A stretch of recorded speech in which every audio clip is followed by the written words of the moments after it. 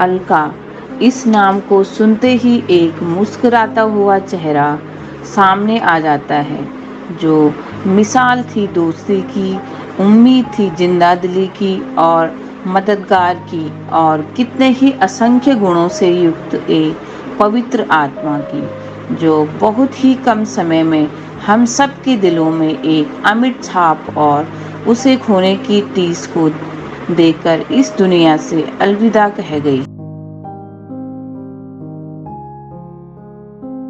मुझे आज भी याद है मेरी उससे वो पहली मुलाकात, वो पहली ही नज़र में आपको आकर्षित कर अपना बना लेने वाला वह आत्मीय गुण आज भी उसके जाने का यूं मुझे यकीन नहीं हो रहा है।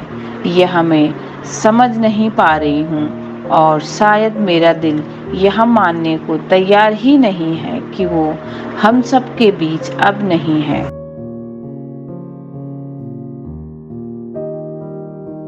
दोस्तों, इस मई 2024 की मनहूस तारीख को मेरी सबसे प्यारी सहेली, जिसे मैं अपनी बहन से कम नहीं समझती थी, उसका स्वर्गवास हो गया।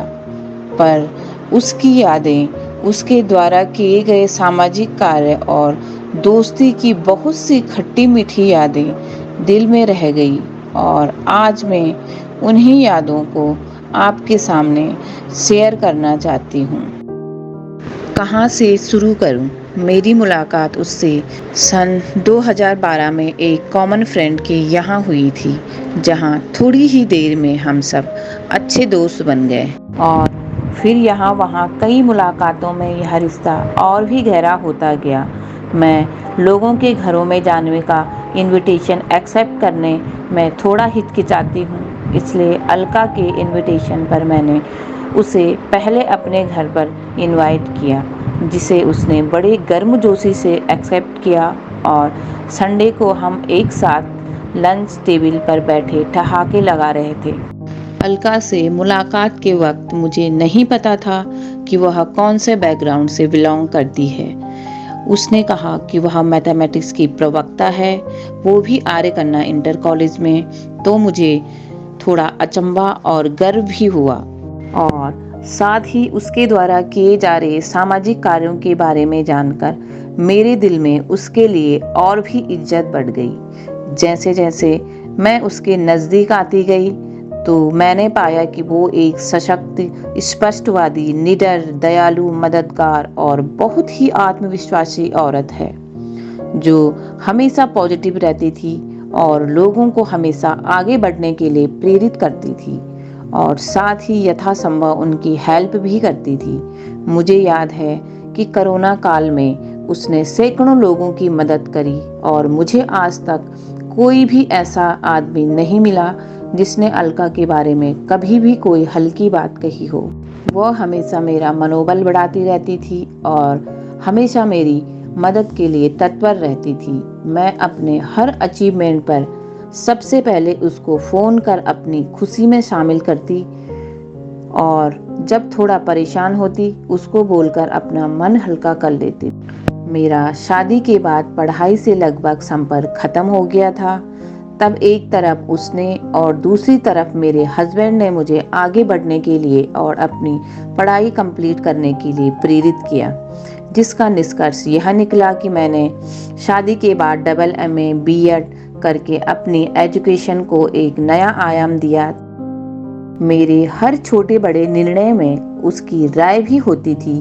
वह कई कलाओं में निपुण थी, जैसे कार चलाना, बुलेट चलाना, और मुझे याद है कि जब मैं स्कूटी सीखते वक्त भीड़ में जाने से डरती थी, तो वह मुझे डांट कर कहती थी, मेरा बस चले तो मैं हवाई जहाज भी चला लूं, और तुम स्कूटी चलाने में ही डर रही।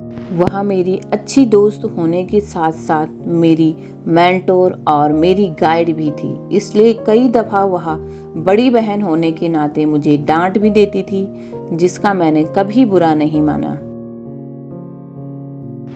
कोरोना काल के कुछ समय बाद लगभग 2022 में उसकी तबीयत खराब होनी शुरू हो गई। पहले तो एक तरफ की कुछ हाथ की और पाँव की उंगलियों ने काम करना बंद कर दिया, और फिर धीरे धीरे पूरे शरीर में पैरालिसिस हो गया। टेस्ट कराया तो पता चला कि उसे एक दुर्लभ बीमारी हो गई है जो लाखों लोगों में किसी एक को होती है, जो प्रसिद्ध साइंटिस्ट और खगोल शास्त्री स्टीफन हॉकिंस को हुई थी, जो एक न्यूरोलॉजिकल डिसऑर्डर जिसका कोई भी इलाज अभी तक संभव नहीं हो पाया है। दिसंबर 2023 के महीने में उसे सांस लेने में तकलीफ होने लगी और वह वेंटिलेटर के बगैर सांस नहीं ले पा रही थी। वह एम्स ऋषिकेश में भर्ती हो गई, जहां पर मैं उसे देखने कई बार गई।